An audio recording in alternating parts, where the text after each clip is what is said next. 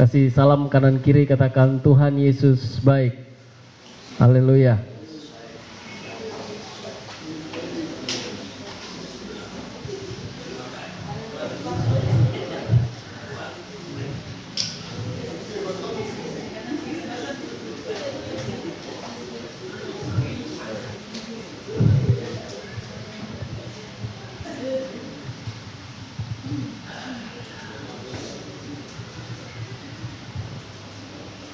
Salaman begitu kan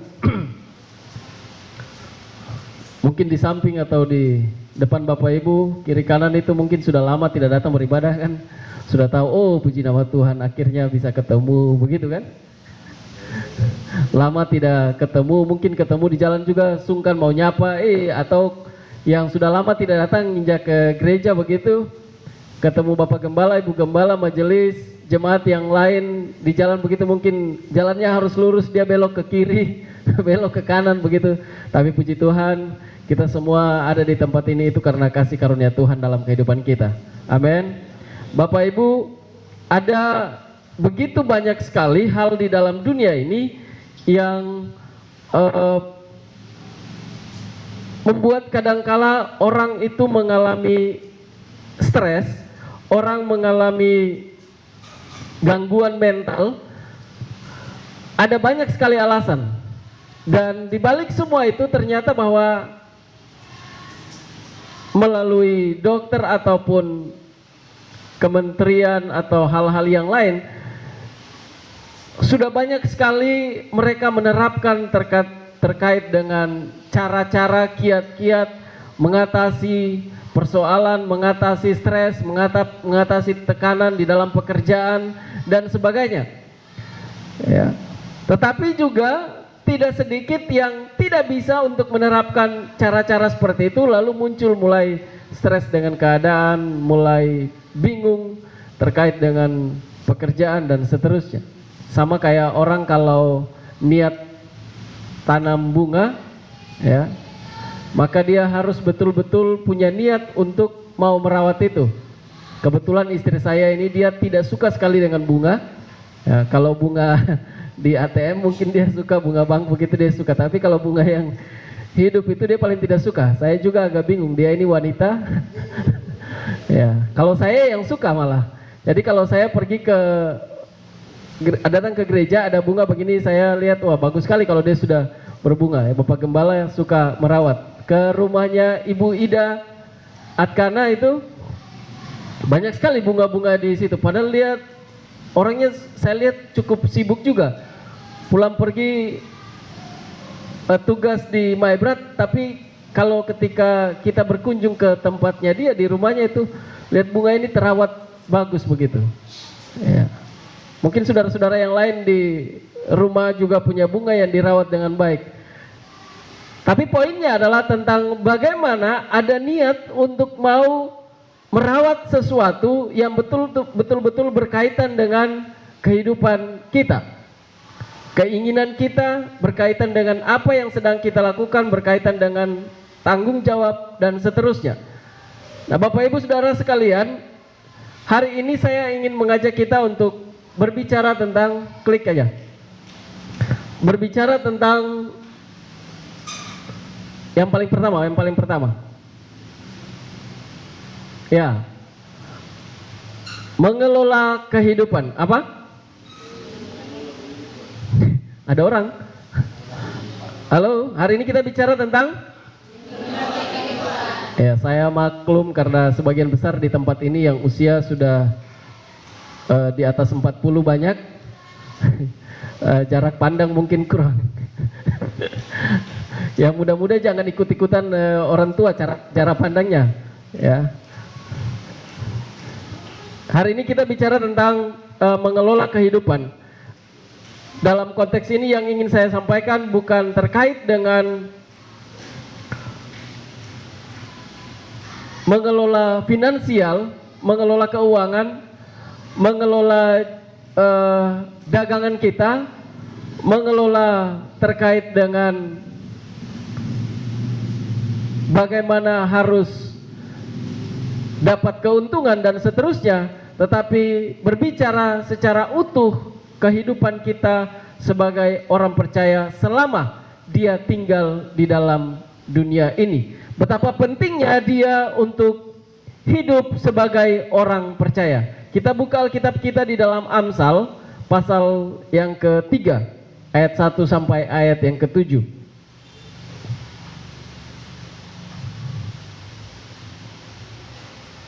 Amsal pasal yang ketiga ayat 1 sampai ayat yang ke-7.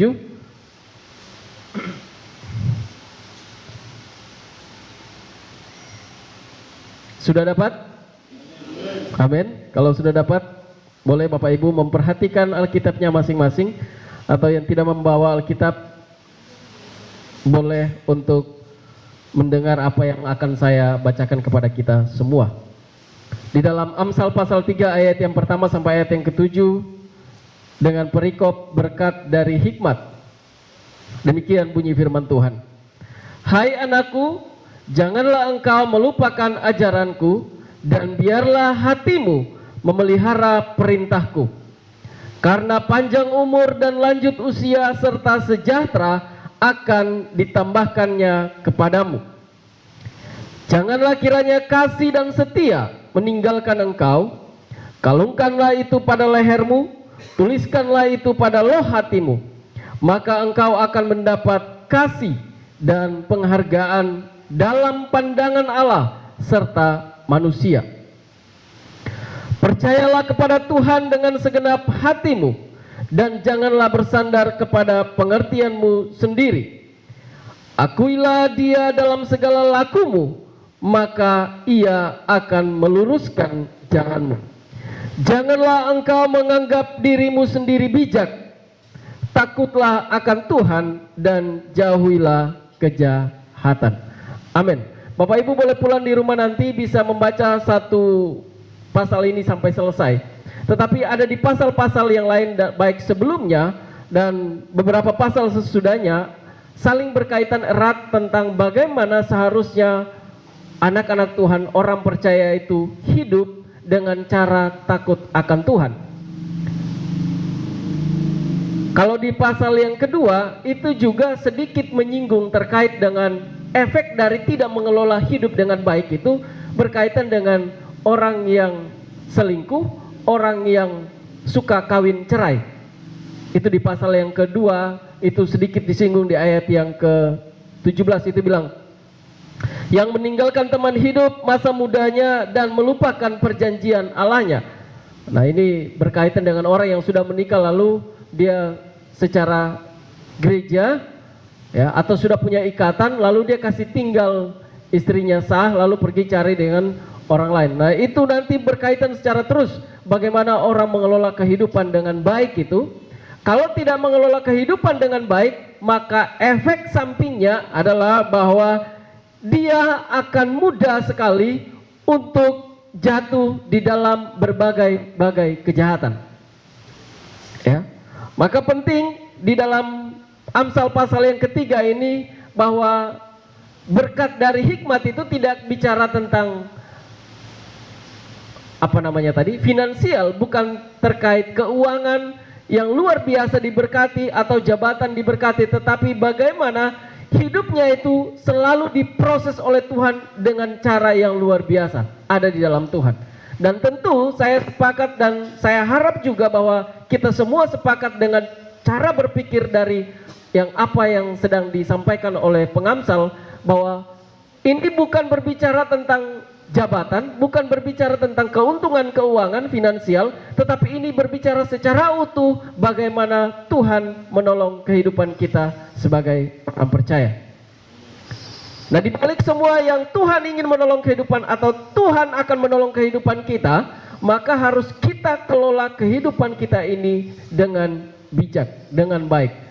Tidak sedikit Bapak Ibu dari kehidupan kita sebagai orang yang kenal Tuhan atau tidak kenal Tuhan, tidak sedikit atau sangat banyak orang yang mengenal Tuhan juga pun tidak pandai untuk mengelola kehidupan, sehingga mudah sekali untuk terjadi gesekan antara pribadi dia dengan orang-orang yang ada di sekitarnya. Sangat mudah. Bapak Ibu, yang pertama yang harus kita, ada 3 poin yang ingin saya bagikan kepada kita semua di tempat ini. Bagaimana kita harus mengelola kehidupan kita sebagai orang percaya. Ada 3 poin. Yang pertama adalah Yang pertama adalah bereskan pikiranmu dengan dunia. Bereskan pikiranmu dengan dunia. Ayat yang pertama sampai ayat yang kedua bilang begini. Hai anakku, janganlah engkau melupakan ajaranku, dan biarlah hatimu memelihara perintahku. Tentu dalam konteks ini berbicara tentang nasihat, tetapi lebih mendalam adalah berbicara tentang nasihat di dalam Tuhan. Amin. Nasihat di dalam Tuhan. Ada banyak orang yang niat sangat baik untuk mendidik anaknya, tetapi tidak sejalan juga dengan firman Tuhan. Maka di dalam ayat ini sedang berbicara nasihat, mendidik generasi, mendidik diri sendiri di dalam konteks kebenaran firman Tuhan. Hai anakku, janganlah engkau melupakan ajaranku, dan biarlah hatimu memelihara perintahku.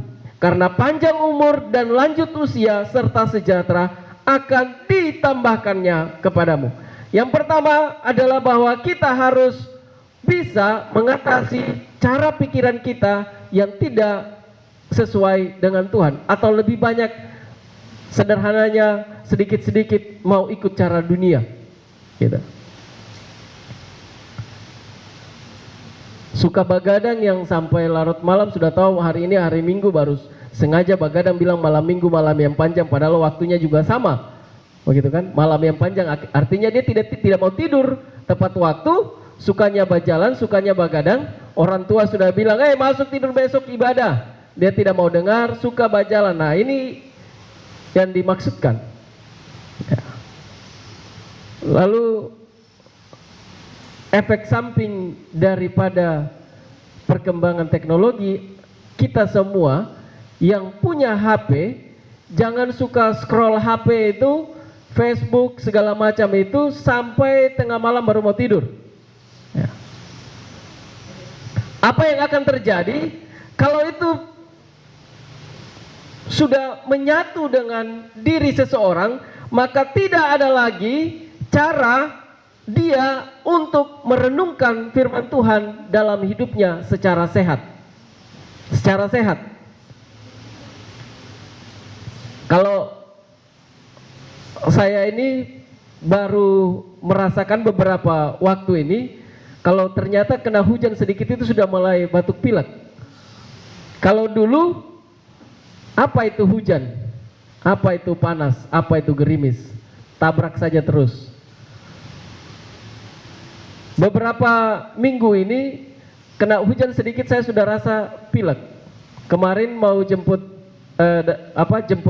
anak saya yang pertama, dia latihan itu gerimis. Jadi istri saya bilang pakai topi, baru pergi lihat dia. Saya bilang cuma gerimis saja. Ya, jalan ke sana sudah kena hujan, besok paginya bangun itu sudah langsung pilek. Nah Bapak Ibu, maksud saya kalau kita mengalami sakit, berarti ada hal-hal yang memang menjadi pantangan dan kita langgar itu. Tidak istirahat dengan baik, atau tidak konsumsi vitamin, atau badan kita capek lalu tidak mau istirahat. Nah itu akan sama, kita sebagai orang percaya tidak akan mungkin bisa ya sejalan dengan Tuhan kalau di ayat yang pertama tidak ada ajaran yang Tuhan taruh dalam hati kita ya, atau Tuhan sudah taruh dalam kehidupan kita melalui kehidupan kita sebagai orang percaya, lalu kita lupakan itu. Efek sampingnya apa? Kita tidak akan pernah sejalan dengan Tuhan. Nah, tidak sejalan dengan Tuhan. Hai anakku, janganlah engkau melupakan ajaranku, dan biarlah hatimu memelihara perintahku. Ya. Kalau orang yang tidak memelihara perintah Tuhan, yang tidak terima didikan firman Tuhan, akan mudah stres. Ada masalah sedikit, ya, efek sampingnya ini tekanan batin, pikiran tidak tenang, tidak ada kemauan yang lebih untuk berjuang dalam hidup. Akan berbeda kalau ayat 1 itu bilang, anakku, janganlah engkau melupakan ajaranku dan biarlah hatimu memelihara perintahku. Kalau kita sebagai orang percaya hidup seturut dengan perintah Tuhan, mau dengar-dengaran, kelola kehidupan kita dengan baik, tidak selalu, ya, atau kita menjauhkan hal-hal yang selama ini dunia tawarkan, ya, yang sedang hari-hari ini kita geluti, suka tipu orang tua, bagadang, pergi cari masalah dan seterusnya, suka pukul istri, suka maki dan seterusnya. Kalau kita tinggalkan itu, maka ayat yang kedua menjadi bagian kita. Panjang umur dan lanjut usia serta sejahtera akan ditambahkannya kepadamu. Bapak Ibu, ada banyak orang di luar sana juga yang panjang umur. Kalau Bapak Perawar, Bapak Sulaiman usia yang tertua di jemaat kita, maka di luar sana juga ada. Atau janganlah kita bercermin pada orang yang di luar Tuhan, kita bercermin dulu pada kita semua yang dikatakan sebagai orang percaya. Berapa banyak dari kita lihat tetangga kalian yang Kristen juga, yang orang percaya, ya, lalu coba amati, kalau mereka juga panjang umur, berapa banyak mereka stres dengan hidup mereka, berapa banyak mereka stres dengan keadaan anak-anak mereka, berapa banyak mereka stres dengan kehidupan keluarga, suami dengan istri. Karena apa? Tidak takut Tuhan. Anak-anak, perhatikan bahwa engkau kalau mau panjang umur, lanjut usia, maka engkau harus taat dengar-dengar pada perintah firman Tuhan. Apakah mutlak firman Tuhan, Kak Boy? Didikan orang tua juga itu penting untuk engkau dengar. Menghormati orang tua itu juga penting, karena itu satu paket dalam kebenaran firman Tuhan. Hargai orang tua, menghormati orang tua, apapun keadaan orang tuamu, tetap dia itu orang tuamu. Dan firman Tuhan mencatat itu, hormatilah ayahmu dan ibumu. Tidak ada firman Tuhan bilang, hormatilah ayahmu dan ibumu kalau engkau diberi uang. Tidak ada. Hormatilah ayahmu dan ibumu. Dan itu satu paket firman Tuhan. Hai anak-anakku, janganlah engkau melupakan ajaranku. Ya, kalau tidak melupakan ajaranku, maka atau sudah tidak melupakan ajaranku, ajaran firman Tuhan itu ada dalam kehidupan kita, maka panjang umur dan lanjut usia ada dalam kehidupan kita. Itulah bonus dari Tuhan. Berapa banyak dari kehidupan kita, saya tidak ingin menghakimi, tapi perhatikan dengan baik. Ada begitu banyak generasi yang hari-hari ini tidak sayang dengan hidupnya, tidak taat dengan Tuhan, tidak dengar-dengaran dengan perkataan orang tua, lalu bikin hidup sembarang. Ya. Banyak generasi kita yang mati muda, banyak generasi kita yang masih muda hidup juga, tetapi hancur. Ya. Orang tua tidak jadi contoh, bagaimana mungkin anak ini mau melihat contoh di dalam kehidupan kita sebagai orang percaya. Kita sebagai generasi, ada satu kutipan yang bilang begini, orang tua mewariskan apa? Harta untuk anak ini bisa bertahan hidup. Mungkin bisa, tetapi etika dan moralnya belum tentu terjamin kalau hanya persoalan harta. Tetapi kita sebagai orang percaya, kalau kita wariskan iman kepada generasi kita, maka itu akan yang menuntun dia kepada cara hidupnya dengan benar. Bapak Ibu yang dikasihi oleh Tuhan, kalau kita tidak stres, batin kita tenang. Amin. Amin. Kalau kita hidup sejahtera, batin kita tenang tidak? Tenang. Pikiran kita bagaimana? Tenang. Kalau anak bikin kepala batu, bikin masalah denda sana denda sini, kira-kira kita pikiran tenang tidak? Tidak. Anak-anak dengar, kau jangan terlalu bikin masalah. Kasihan orang tuamu. Biarlah dia umur panjang itu karena kasih karunia Tuhan. Jangan engkau baru dikasih pekerjaan sedikit bikin sombong, bikin diri macam kau itu Tuhan. Begitu. Yang baru buka mata lihat orang atau perempuan naksir dia atau laki-laki naksir dia sedikit, langsung seolah-olah bahwa yang penting sudah ada yang bertanggung jawab dengan saya punya hidup. Apa itu orang tua? Kau berdosa. Ya, jangan seperti itu. Biarlah orang tuamu hidup dengan baik, hidup dengan benar karena dia bersuka cita atas hidupmu. Karena kita mampu untuk bereskan pikiran kita yang tidak sejalan dengan Tuhan. Kita mampu untuk bereskan pikiran kita yang sejalan dengan dunia. Itu kita mampu hilangkan itu. Maka kalau kita sudah hilangkan itu, batin kita tenang, pikiran kita tenang, kemauan untuk berjuang. Ya, yang sering Bapak Gembala doakan itu. Perjuangan melawan kebodohan, perjuangan melawan kemiskinan, itu Tuhan beri kemampuan dalam kehidupan kita. Di dalam semua itu, maka kita melihat ayat yang kedua, panjang umur, lanjut usia, serta sejahtera akan ditambahkan kepadamu. Berarti Tuhan sudah menyediakan bagian yang lain tentang cara hidup diberkati, terpelihara di dalam Tuhan. Tinggal bagaimana bonusnya ditambahkan kepada kita, panjang umur, lanjut usia, dan sejahtera. Amin. Bapak Ibu yang dikasihi oleh Tuhan, hari-hari ini kita mengaku orang percaya tapi tidak pandai untuk mengelola kehidupan kita. Generasi muda perhatikan dengan baik. Tidak perlu engkau bercermin terlalu jauh di luar sana. Di luar sana juga tidak banyak orang yang sempurna. Tetapi saya sungguh yakin setiap generasi yang ada di tempat ini, orang tua yang ada di tempat ini, kita telah dididik dengan baik di atas kebenaran firman Tuhan. Pasang telingamu ketika orang tua berbicara. Jangan suka membantah. Karena disitulah Tuhan sedang memproses hidupmu untuk diberkati. Sebagai suami istri perhatikan, jangan suka menghakimi suami atau istri. Jangan suka cepat untuk kasih keluar kata maki-makian kepada suami atau istri.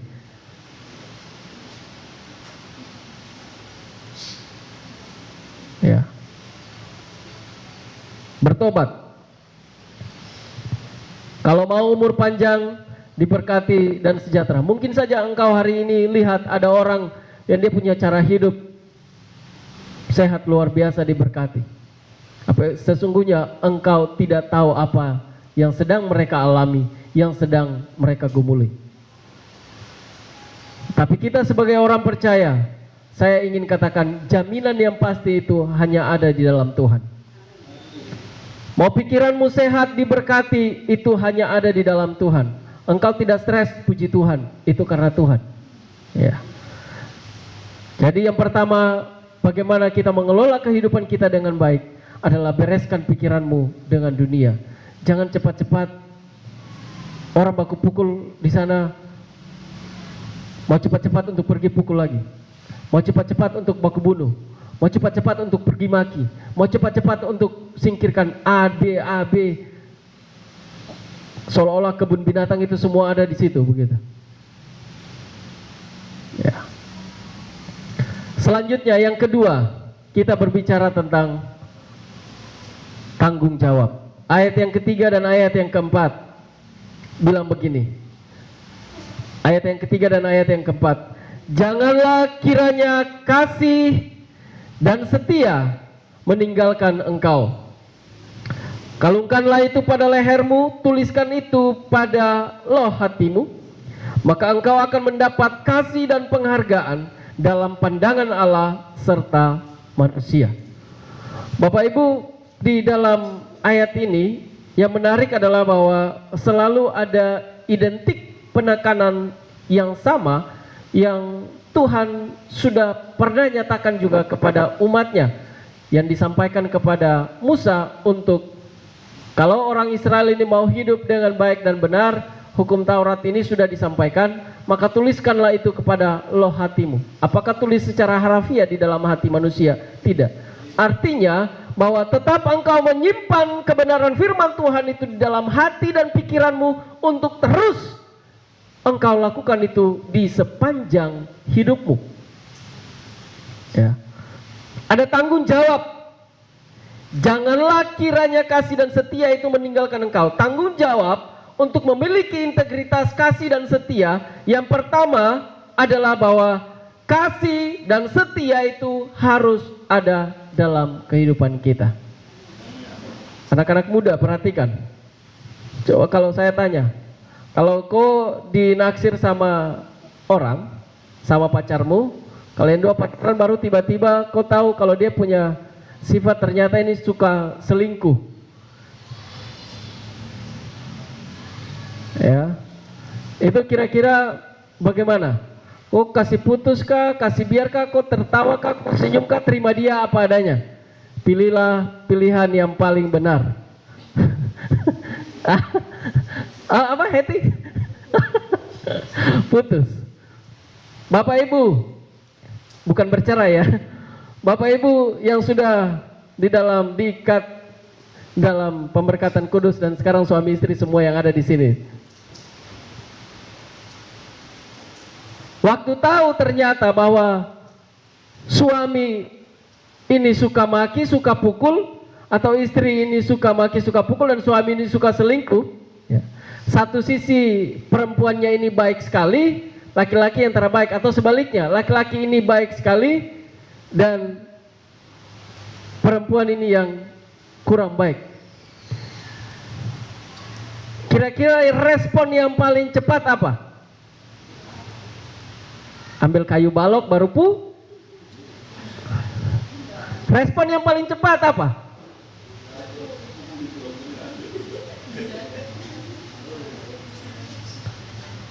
Kenyataan Bapak Ibu, kalau lihat kondisi kita hari ini, yang tadi saya bilang, respon paling cepat ambil kayu untuk pukul dia. Respon paling cepat adalah kasih keluar kata-kata maki. Respon paling cepat adalah ambil parang. Respon paling cepat ambil tombak. Respon paling cepat kumpul keluarga untuk pukul dia sampai mau mati. Itu fakta. Ya.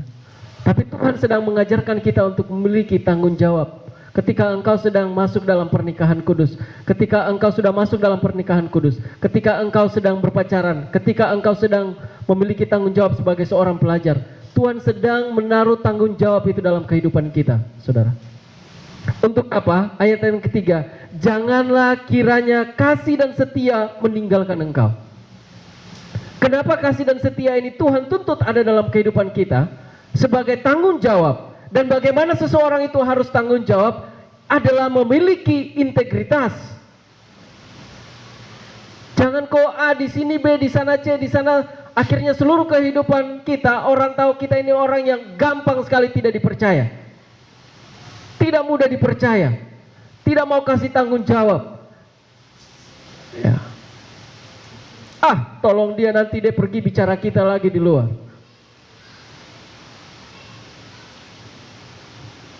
Apa dampak dari integritas?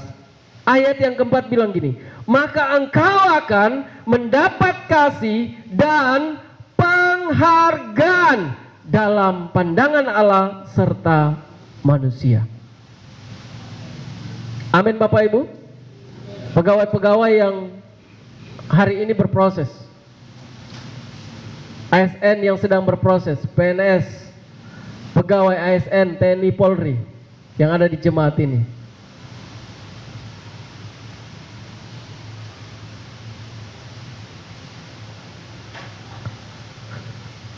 Percayalah bahwa Tuhan sanggup untuk membuat kita dihargai dalam pandangan manusia. Tuhan sangat mampu untuk membuat kita naik jabatan, naik level dalam pandangan manusia. Amin. Tuhan sangat mampu Bapak Ibu.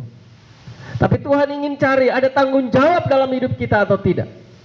Kalau integritas itu ada, ya, jangan hanya engkau berbicara tentang integritas semata, Tetapi ingin Tuhan katakan ayat yang ketiga, kasih dan setia itu harus ada juga dalam hidupmu. Ada kasih, ada kesetiaan. Ya. Yang ingin Tuhan taruh dalam hidup kita, tanggung jawab itu secara utuh. Ayat yang keempat itu bilang, maka engkau akan mendapat kasih dan penghargaan dalam pandangan Allah serta manusia. Dalam pandangan Allah, orang yang bertanggung jawab saja dapat penghargaan. Terpelihara itu di ayat yang satu dan ayat yang kedua. Tuhan bilang jelas, umur panjang, ya, lanjut usia serta sejahtera akan ditambahkan kepada engkau. Punya tanggung jawab, terpelihara di dalam kasih Tuhan. Integritas engkau pegang, mempunyai prinsip kasih dan kesetiaan dalam menjalani tanggung jawab yang Tuhan taruh dalam hidupmu, maka engkau akan mendapat kasih dalam pandangan Allah maupun manusia. Ada begitu banyak orang dalam struktur jabatan tertentu, ya, hanya berdasarkan kelompok mayoritas yang mendukung si A dan si B atau si C yang mempunyai jabatan, maka orang-orang itu yang akan dilihat. Tetapi dalam kacamata Allah, saya mau katakan, ya, dalam kacamata Allah, ketika engkau berdiri dengan Tuhan, dalam situasi apapun, Tuhan akan sangat mampu untuk mengubah kehidupan kita sebagai orang percaya. Mau orang bilang, apa itu gereja jemaat, gereja Kristen Alkitab? Kau ibadah di mana? Tetapi dalam pandangan Allah bahwa ketika Tuhan melihat engkau setia, bertanggung jawab, punya integritas, dan memang layak untuk engkau dipromosikan, memang layak untuk Tuhan angkat, maka tidak ada yang mustahil. Ayat 3 bilang, maka engkau akan mendapat, ya, maka engkau akan mendapat kasih dan penghargaan. Amin Bapak Ibu. Jadi mari kita sebagai orang percaya bertanggung jawab dengan kehidupan ini. Kelola kehidupan kita dengan baik, maka efeknya itu bukan hanya tentang bagaimana kita ini hidup dengan baik, tetapi Tuhan begitu luar biasa, tidak pernah meninggalkan kehidupan kita. Maka kita akan menjadi orang yang begitu terheran-heran melihat pertolongan Tuhan atas seluruh kehidupan kita. Tetangga saya dulu, dia sudah pindah. Saya dengan istri seringkali mengelola keuangan itu, ya memang karena hanya saya sendiri yang bekerja, jadi kami mengelola keuangan itu dengan hati-hati.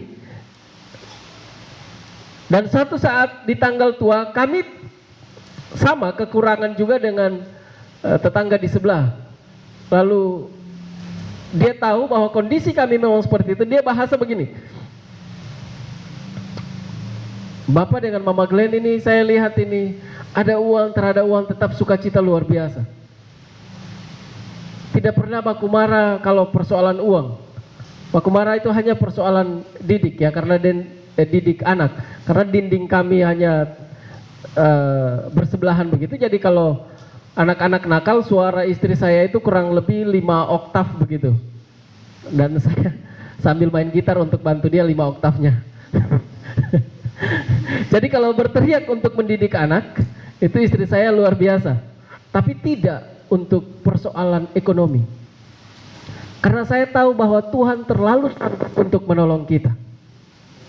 Nah, yang Tuhan mau adalah bahwa kita bertanggung jawab dengan seluruh kehidupan kita, untuk kita melihat bahwa kalau Tuhan mau memberkati, kalau Tuhan mau mengangkat, kalau Tuhan mau untuk mempromosikan seluruh kehidupan kita dengan baik, dan karena dalam pandangan Allah memang kita layak, maka Tuhan mau melihat dulu kira-kira kita ini sudah atau belum. Integritas kita bagaimana? Jangan sampai waktu dikasih jabatan kau bikin malu satu gereja. Jangan waktu dikasih jabatan kau bikin malu Bapak Gembala. Jangan waktu dikasih jabatan kau lupa Tuhan.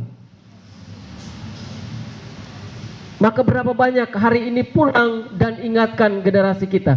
Berapa banyak yang hari ini sudah diproses, sudah dibentuk, diberkati oleh Tuhan, maka dia sedang lupa sampai tidak masuk gereja hari-hari ini. Ya. Diberkati oleh Tuhan, lupa Tuhan. Hati-hati, hanya engkau akan diberkati pada saat itu. Selanjutnya engkau akan setengah mati untuk mengelola kehidupanmu yang Tuhan percayakan. Hati-hati saudara. Hidup ini bukan tentang engkau punya jabatan. Hidup ini bukan tentang engkau punya harta, engkau punya uang. Hidup ini bukan tentang engkau pandai untuk, orang bilang mulut gedi, orang bilang lemon terlalu banyak. Tidak, bukan suka puji orang sana sini. Tidak. Tuhan sedang melihat kesetiaan kita di dalam Dia. Adalah tanggung jawab. Kalau Tuhan sudah kasih satu pekerjaan, adakah engkau bertanggung jawab dengan pekerjaanmu? Adakah engkau mempermuliakan Tuhan dengan pekerjaanmu?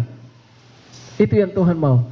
Maka kalau integritas, kasih dan setia ada dalam kehidupan kita, maka ayat yang keempat itu, saya sangat yakin Tuhan itu akan nyatakan dalam kehidupan kita. Engkau akan mendapat penghargaan dalam pandangan Allah maupun dalam pandangan manusia. Kalau dalam pandangan Allah lalu pandangan manusia, itu bukan sesuatu yang main-main saudara. Orang taruh hormat itu sampai bisa-bisa cium kopu kaki. Karena apa? Tuhan sudah ada terlebih dahulu. Amin. Maka jangan pernah engkau main-main dengan kehidupanmu, pekerjaanmu yang sudah Tuhan nyatakan. Amin. Amin. Ya. Kita hanya beberapa slide saja. Yang ketiga adalah andalkan Tuhan. Mengelola kehidupan ini tidak hanya berbicara tentang engkau sudah bisa untuk mengatasi tidak mabuk, sudah bisa mengatasi tidak begadang, sudah bisa mengatasi tidak pukul istri, sudah bisa mengatasi tidak maki suami. Berbicara juga mengelola kehidupan tidak hanya berbicara tentang saya sudah bertanggung jawab, rajin masuk ibadah, kasih persembahan, perpuluhan. Tetapi yang paling penting adalah engkau harus mengandalkan Tuhan dalam hidupmu. Ayat yang kelima sampai ayat yang ketujuh bilang begini. Percayalah kepada Tuhan dengan segenap hatimu. Dan janganlah bersandar kepada pengertianmu sendiri. Akuilah Dia dalam segala lakumu, maka Ia akan meluruskan jalanmu. Janganlah engkau menganggap dirimu sendiri bijak. Takutlah akan Tuhan dan jauhilah kejahatan.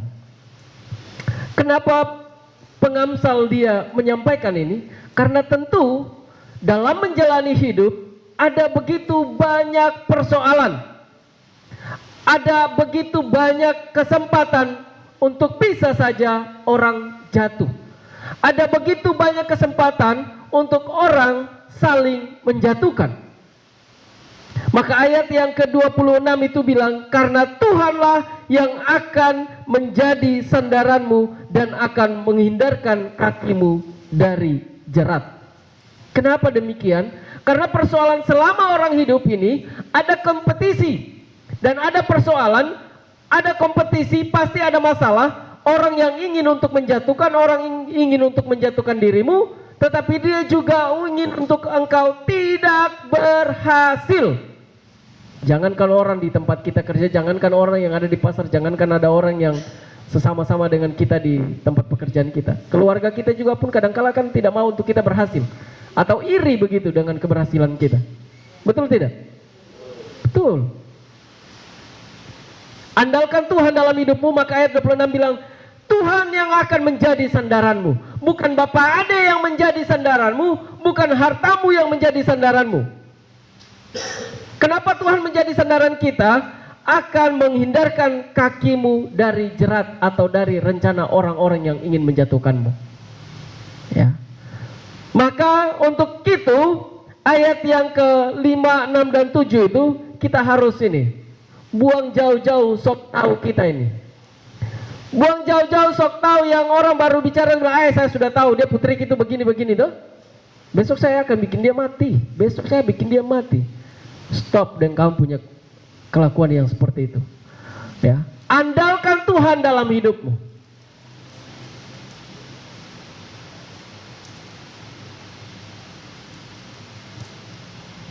Andalkan Tuhan dalam hidupmu, supaya ayat yang keenam, ayat yang kelima, percayalah kepada Tuhan dengan segenap hatimu dan jangan bersandar kepada pengertianmu sendiri. Stop dengan kau pusok tahu, stop dengan kau yang sombong-sombong itu. Maka ayat yang ketujuh, janganlah engkau menganggap dirimu sendiri bijak, takutlah akan Tuhan dan jauhilah kejahatan. Stop dengan kau sombong bilang, saya ini masih muda. Sapu anak ini semua sudah dapat pekerjaan, mau apa? Itu kesombongan, saudara. Kalau itu sudah ada di dalam cara berpikir kita, maka saya sangat yakin juga bahwa dia tidak akan bisa mengandalkan Tuhan dengan segenap hati.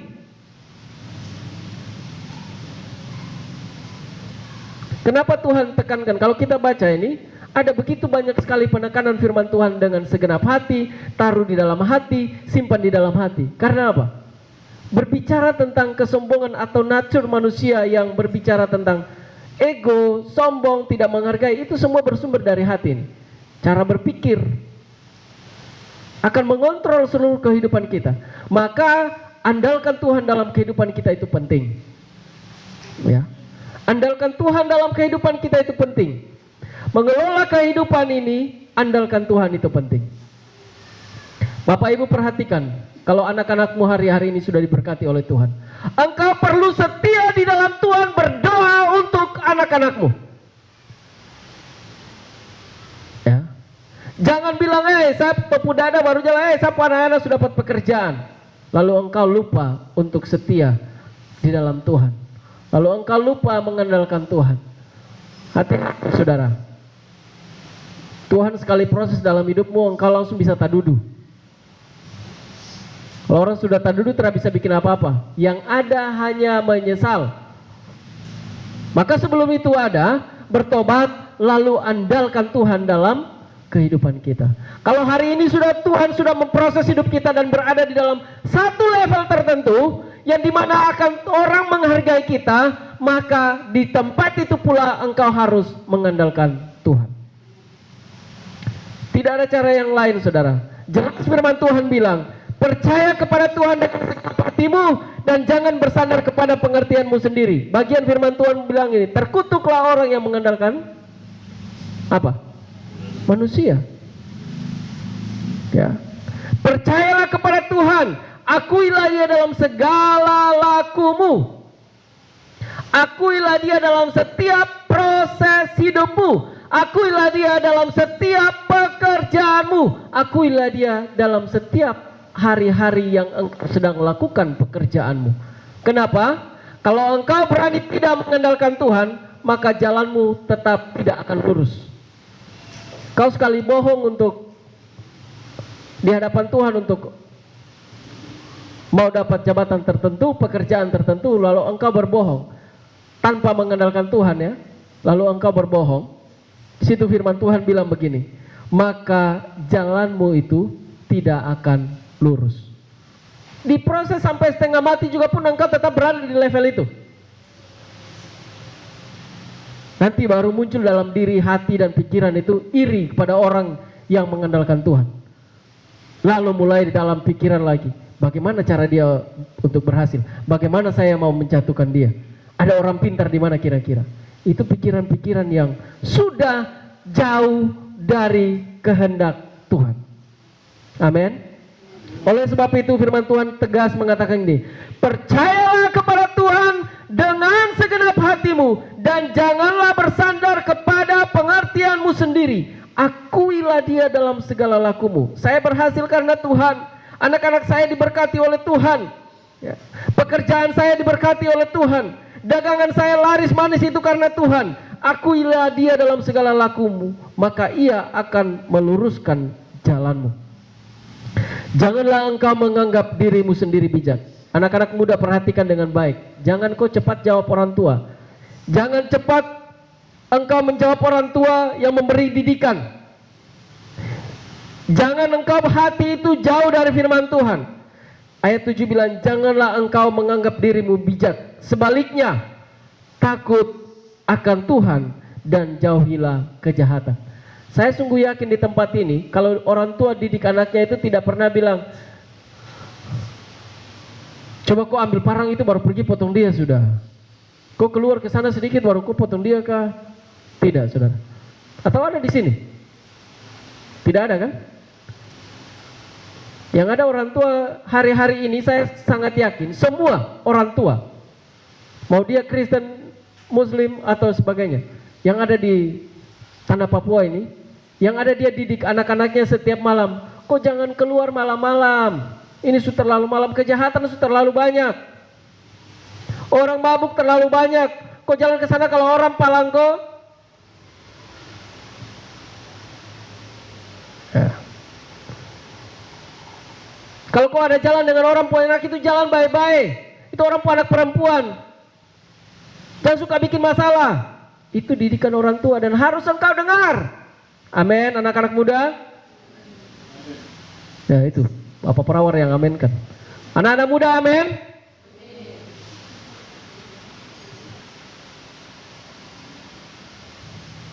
Kita harus andalkan Tuhan dalam kehidupan kita sebagai orang percaya. Dalam mengelola kehidupan kita tidak ada yang lain, Bapak Ibu Saudara. Dunia hari-hari ini begitu banyak hal mereka tawarkan dengan tersistem. Ya. Dengan tersistem, sangat mudah bagi orang yang tidak mengandalkan Tuhan untuk itu dia bisa saja, kapan saja jatuh, kapan saja bisa tersingkir. Tapi kalau orang yang mengandalkan Tuhan, Tuhan akan pelihara hidupnya. Bahkan di ayat yang ke-26 tadi sudah kita bacakan, Tuhanlah yang akan menjadi sandaranmu. Firman Tuhan bilang begini, dari mana aku melayangkan mataku ke gunung-gunung, dari manakah datang pertolongan. Itu bukan sekedar perkataan pemazmur Bapak Ibu, tetapi dilatar belakangi oleh keadaan yang bangsa Israel kalau mau pergi ke Yerusalem, dari berbagai tempat itu mereka datang, bukan yang kayak sekarang yang mereka naik gampang pesan Grab. Tidak, saudara. Gelap, tidak ada rumah-rumah terdekat, hanya jalan kaki lewat hutan. Ada gunung-gunung yang di situ ada binatang buas.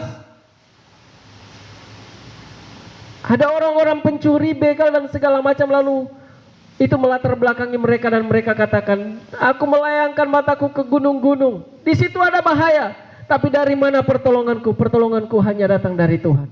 Sama seperti kita hari-hari ini Bapak Ibu Saudara. Anak-anak muda perhatikan, dari mana kita mendapatkan pertolongan kita? Pertolongan kita hanya datang dari Tuhan. Kenapa datang dari Tuhan? Karena Tuhan yang menciptakan langit dan bumi ini. Karena Tuhan yang menolong kehidupan kita. Kasih terbesar itu bukan ada di tanggal 14 Februari, hari Valentine. Kasih terbesar itu kita sudah temukan di dalam kebenaran firman Tuhan. Tuhan mati di atas kayu salib untuk menebus setiap kehidupan kita. Dan setiap kehidupan kita diproses di dalam Dia.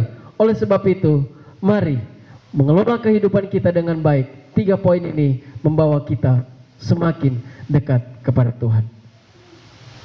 Amin. Tuhan Yesus memberkati. Setiap kita yang ada di tanah ini, perhatikan dengan baik. Tadi Bapak Gembala doakan kita semua, anak-anak muda. Setiap kita yang ada di tempat ini, di atas tanah ini, diizinkan oleh Tuhan untuk kita bernafas. Diizinkan oleh Tuhan untuk kita mengelola setiap kehidupan kita, untuk kita bertahan hidup. Oleh sebabnya itu saya mau katakan, hatimu dan pikiranmu harus tetap tertuju kepada Tuhan. Karena dari situlah Tuhan akan memelihara kehidupan kita sebagai orang percaya. Amin. Mari kita tundukkan kepala, kita berdoa.